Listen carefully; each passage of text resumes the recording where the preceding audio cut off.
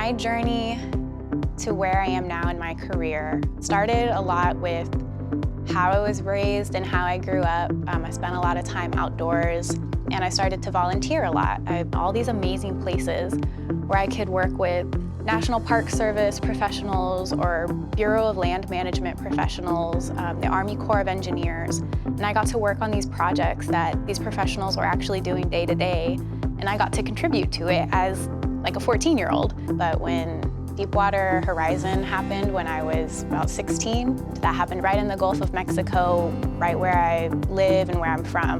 And so that really hit home really hard, and it kind of made me think about coastal ecology and wetland ecology and restoration ecology, which is specifically taking damaged habitats and working to make them healthier again.